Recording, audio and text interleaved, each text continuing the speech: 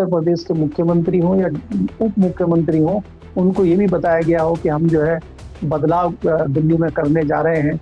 जिस तरह से मोदी जी घिरे हुए हैं नेशनल और इंटरनेशनल लेवल पे, ऐसे में मोदी जी अगर हटते हैं तो कई कुर्सियां खाली दिल्ली में होंगी, तो दिल्ली में भी अच्छी-अच्छी कुर्सियों पे आपको बिठाया जाएगा और दिल्ली की कुर्सी पे आप तभी बैठ सकते हैं जब यूपी की कुर्सी मजबूत होगी।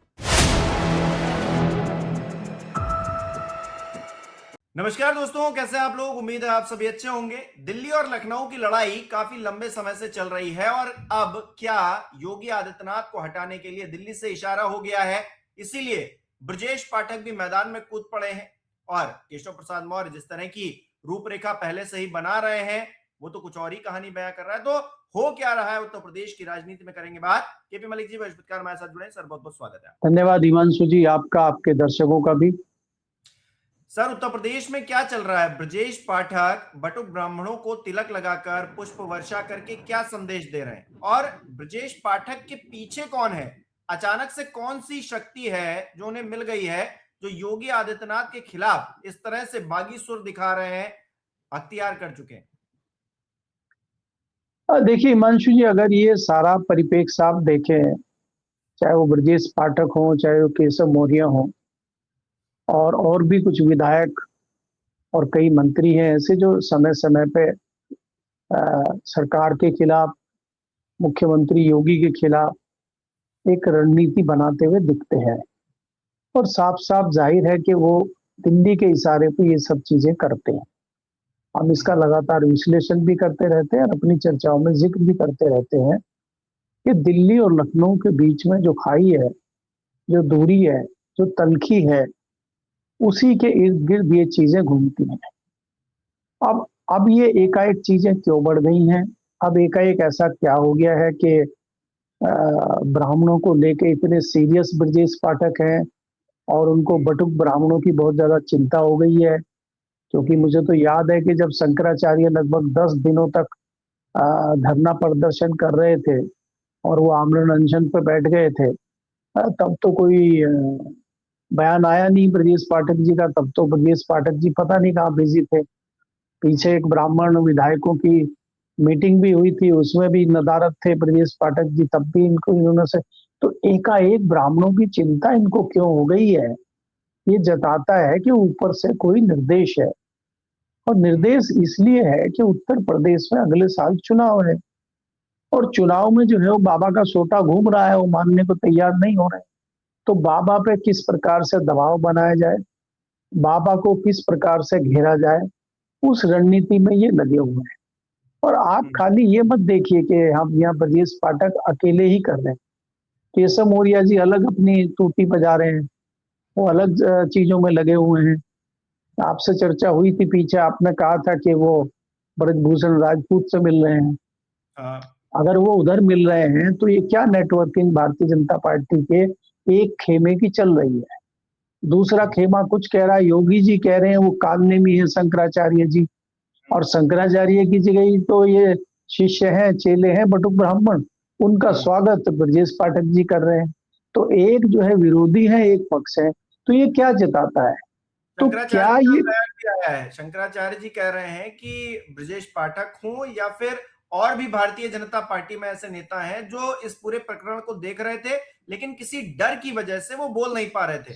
ब्रजेश पाठक का वो डर जो है दूर हो गया है, इसीलिए वो बोल पा रहे हैं। यानी कि अभी भविष्य में और लोग हैं जो आएंगे सामने और योगी आदित्यनाथ के खिलाफ इसी तरह की तलखी दिखाते हुए नजर आएंगे। अब मेरा सवाल ये है हिमांशु जी आपसे कि 1 महीने पहले तक बहुत ज्यादा डरे हुए थे ब्रजेश पाठक, बोल नहीं रहे थे। 1 महीने में ऐसा क्या हो गया कि इनका डर निकल गया? ये क्या कोरोना टाइप का कोई डर था कि कोरोना चल रहा भयंकर, इसमें जो है सब डरे हुए हैं और बाद में अब आके डर निकल गया कि नहीं कोरोना टल गया? कोई ऐसी चीज चल रही है? तो लग रहा है ये देखिए हिमांशु जी, भारतीय जनता पार्टी की ये नूरा कुश्ती है कि आप कहिए, आप जो है थोड़ा नाराजगी दिखाइए, हम जो है कुछ करने का काम करेंगे, और इनको लोगों को मूर्ख बनाते रहिए, जातियों में धर्मों में बांटते रहिए और अपनी पार्टी का हित साधते रहिए। देखिए आप क्या करते हैं, सबसे बड़ी चिंता भारतीय जनता पार्टी को आज इस बात को लेके है कि 2024 के लोकसभा चुनाव में जिस प्रकार से पिछड़ा और दलित उनसे दूर हुआ है, भारतीय जनता पार्टी को इतना बड़ा नुकसान हुआ है, उसी प्रकार से अगर विधानसभा के चुनाव में भी यही परिदृश्य रहता है तो भारतीय जनता पार्टी को बहुत बड़ा नुकसान हो सकता है। इसी के तहत ये रणनीति भारतीय जनता पार्टी लेके आई है यूजीसी के रूप में।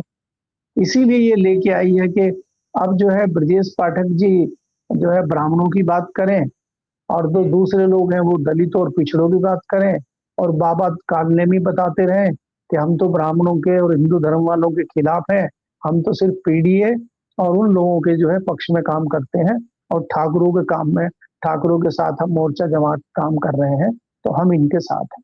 तो अलग अलग मोर्चा बना के इसका रिजल्ट क्या है? आप तो लोगों को भरमाना और मूर्ख बनाना चाहते हैं, आप तो अपने निजी स्वार्थ को साधना चाहते हैं, आप तो भारतीय जनता पार्टी में घेर कर लाना चाहते हैं।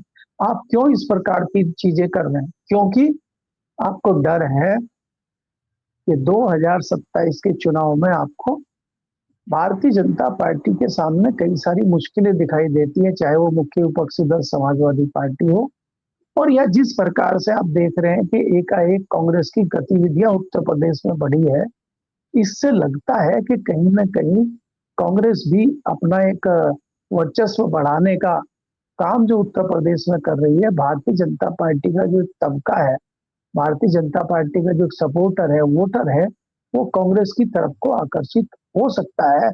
अगर ऐसा हो गया तो भारतीय जनता पार्टी को बड़ा नुकसान होगा। तो उनको साधने के लिए, उनको वापस लाने के लिए इस तरह के क्रियाकलाप भारतीय जनता पार्टी की रणनीति के तहत ब्रजेश पाठक कर रहे हैं, मुझे ऐसा लगता है। जी, कोई शक्ति तो नहीं है उनके पीछे भागवत जी की? क्योंकि कुछ लोग इस बात को भी कह रहे हैं कि भागवत जी की एंट्री हुई लखनऊ में, उत्तर प्रदेश में, गोरखपुर में, और इधर ब्रजेश पाठक अचानक से एक्टिव हो गए। 1 महीने से सोए हुए थे, अचानक से एक्टिव हो गए। कोई उधर से निर्देश तो नहीं मिला है?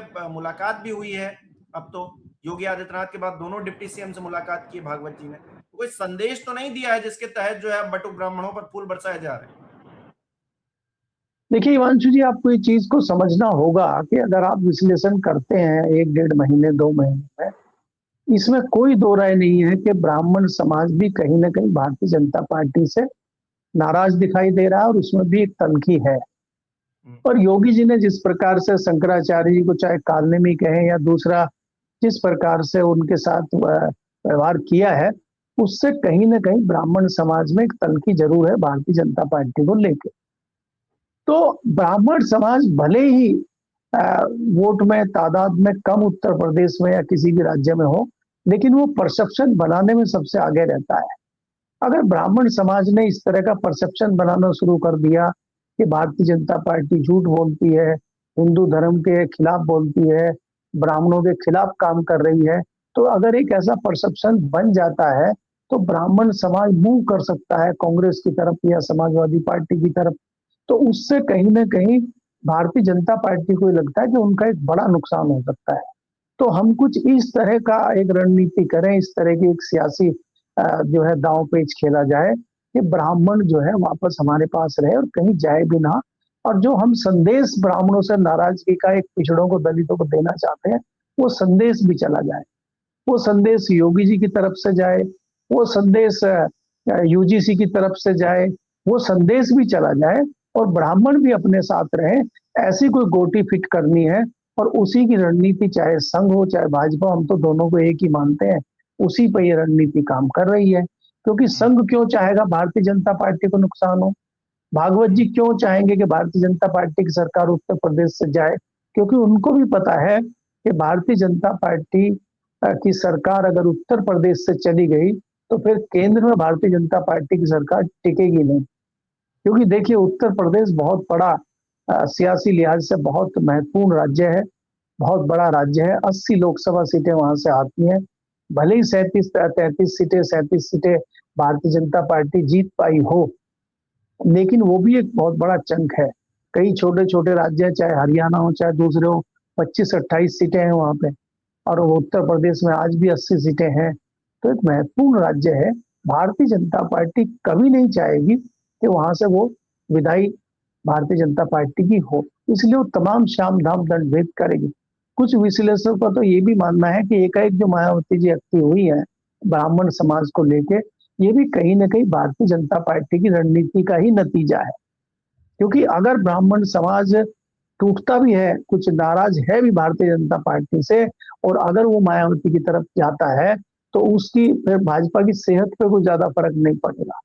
भाजपा की सेहत पर तब फर्क पड़ता है अगर वो कांग्रेस गठबंधन और समाजवादी गठबंधन के साथ जाता है, तब भारतीय जनता पार्टी को नुकसान होता है। अगर ब्राह्मण समाज मायावती के साथ जाता है तो कोई नुकसान भारतीय जनता पार्टी को नहीं होगा।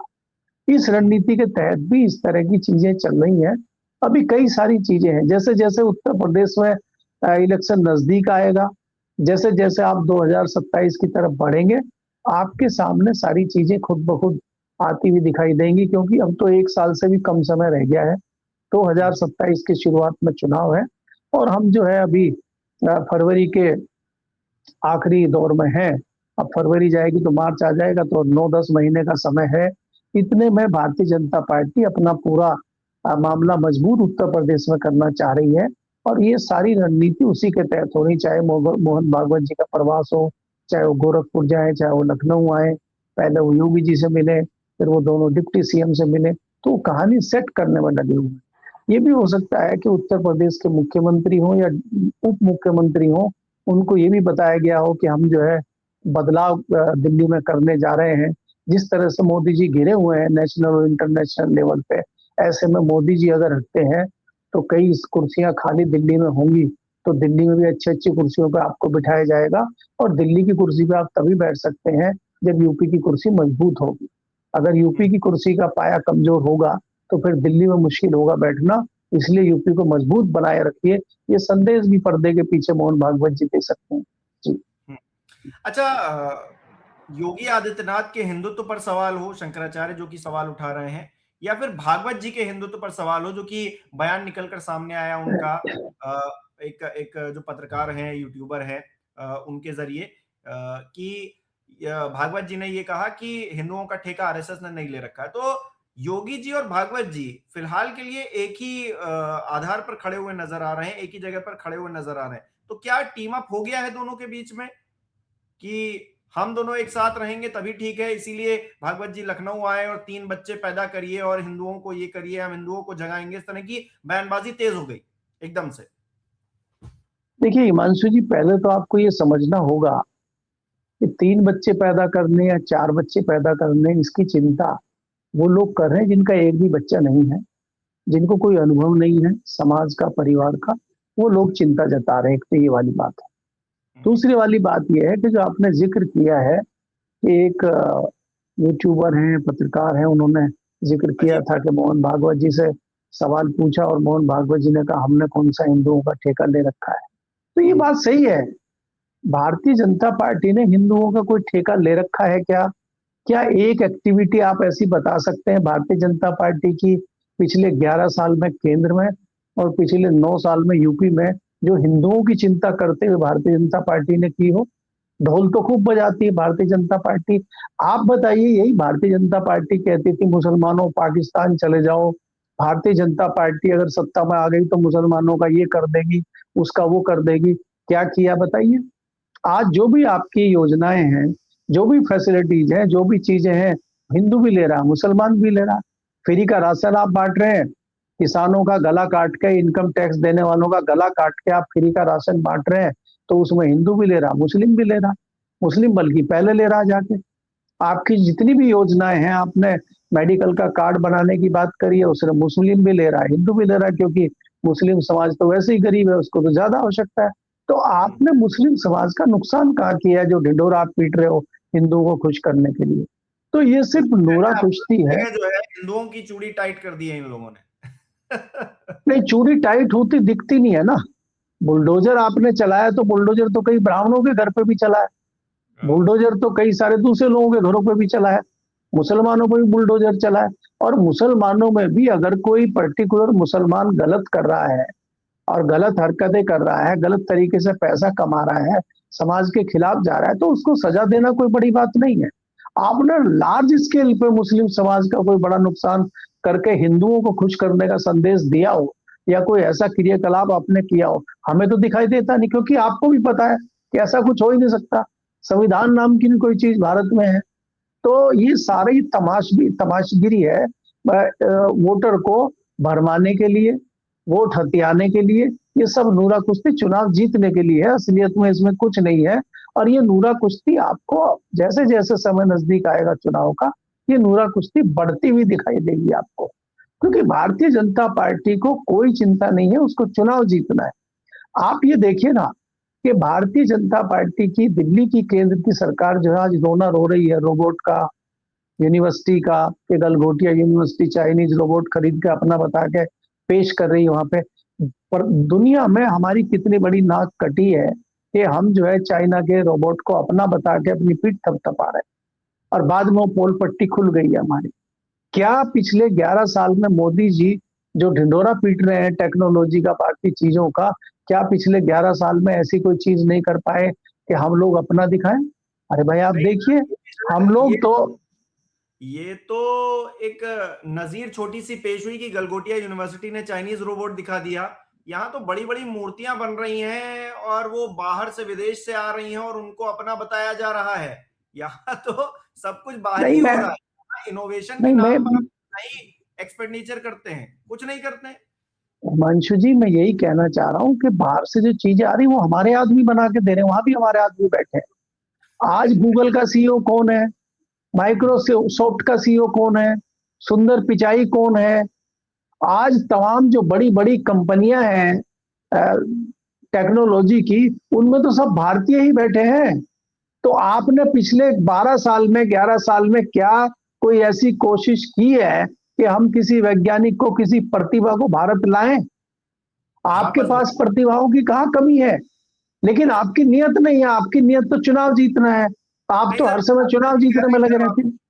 भागवत जी घर वापसी का जिक्र कर रहे हैं, लेकिन वो मुसलमानों की कर रहे हैं। वो जो टेक्नोलॉजी बाहर विदेश में बैठकर भारतीय बना रहे हैं, उन दिमाग की घर वापसी करवानी है, ऐसा कोई प्लान नहीं इनके पास। नहीं बिल्कुल, मैं वही कह रहा हूं कि देखिए, अगर इसमें यहाँ एक जिक्र करना बड़ा जरूरी है। अगर हम पूर्व प्रधानमंत्री राजीव गांधी का जिक्र करें, वो तमाम प्रतिभाओं को भारत लेके आए थे। उनमें कई बड़े नाम हैं, चाहे डॉक्टर नरेश त्रेहान हो जो आज वेदांता के मालिक हैं, चाहे अरुण पुरी हो इंडिया टुडे के जो ऑनर हैं, चाहे ललित सूरी हो, ये तो मैं निजी तौर पे जानता हूँ। ऐसे बहुत सारे साइंटिस्टों को, सैन पित्रोदा को वापस लेके आए थे टेक्नोलॉजी और कंप्यूटर में भारत का विकास करने के लिए। और आज हम जिस टेक्नोलॉजी पर चल रहे हैं, उसकी आधारशिला रखने वाले राजीव गांधी थे। तो जिस प्रकार से वो लेके आए थे विदेशों से भारतीय प्रतिभाओं को, क्या उसके बाद कोई ऐसा प्रधानमंत्री पैदा नहीं हुआ कि भारतीय प्रतिभाओं को वापस लाए, रोके, उसको यहाँ फैसिलिटेट करें? ऐसा क्यों नहीं हम कर पा रहे हैं? हम कब तक दूसरों के भरोसे, दूसरों के फॉर्मूले चोरी करके या दूसरों के रोबोट चोरी करके अपना बताते रहेंगे? ऐसी क्या हमारी मजबूरी है? ऐसा भी नहीं है कि ये हम विश्व गुरु सिर्फ जो है फर्जी फर्जी हिंदुत्व के नाम पे ही विश्व गुरु बनेंगे। हम तो हैं ऑलरेडी विश्व गुरु। मैंने आपको कहा कि जितनी दुनिया की सबसे बड़ी टेक्नोलॉजी वाली कंपनियां हैं, चाहे वो माइक्रोसॉफ्ट हो, चाहे वो गूगल हो, कोई भी हो, सबके सीईओ तो भारतीय ही हैं। तो वो भारतीय अगर वो अमेरिका में जाके काम कर सकते हैं, अमेरिका में उनमें इतनी प्रतिभा है, तो भारत में आके क्यों नहीं कर सकते? क्योंकि भारतीयों की नियत नहीं है। भारत में ये हो रहा है कि एआई समिट होती है और लोगों का सामान चोरी हो जाता है। एआई समिट में मोदी जी फोटो खिंचवाने के लिए आ रहे होते हैं, तो फिर उसको पूरी जगह को सैनिटाइज कर दिया जाता है और जितने लोग भी इनोवेटर हैं, जो जो असल में एआई पर काम कर रहे हैं, उनको बाहर कर दिया जाता है। वो उनको पानी तक नहीं पूछा जाता है। तो ये है सच्चाई एआई की। हमारे हमारे हम कितना काम करना चाहते हैं उसकी, शायद। नहीं देखिए, ये तो हमारी नियत पे डिपेंड करता है कि हमारी नियत क्या है। हमारी जो सरकार की नियत है, जो सत्ताधारी दल की नियत है, वो कहीं ना कहीं चुनाव जीत के और अपने हर जगह, हर स्टेट में अपनी सरकार बनी रहे, उसका तिरंगे पे हम चलते हैं। हम देश के लिए, हम विकास के लिए खोखले वायदे बात करते हैं। खोखला हम जो है विश्व गुरु बनने की बात कर रहे हैं। विश्व गुरु बने उसके लिए हम कोई आधारशिला, कोई मजबूत नींव इस पर की नहीं रख रहे हैं। खाली खाली पुलाव पका रहे हैं और खाली हम जो है शब्दों के बाण चला रहे हैं, धरातल पे हम कुछ नहीं कर रहे हैं। हमें तो ऐसा लग रहा है जी। राजीव शुक्ला जी की वो बात याद आ गई कि हम विश्वगुरु बने हुए हैं, गुरु के लिए जो है शिष्य बड़े जरूरी हैं। तो शिष्य तो जी कोई है जी नहीं, जी तो गुरु ही गुरु चल जी रहा है। जी। बहुत बहुत धन्यवाद सर हमारे साथ जुड़ने के लिए। हमारे दर्शक किस तरह से देख रहे हैं इस विषय को कमेंट करके जरूर बताएं। इस वीडियो को लाइक करना, शेयर करना मत भूलिएगा। हमारे चैनल को सब्सक्राइब नहीं किया तो वो भी जरूर कीजिएगा। आप हमें सहयोग भी कर सकते हैं ज्वाइन बटन पर क्लिक करके। बहुत बहुत धन्यवाद।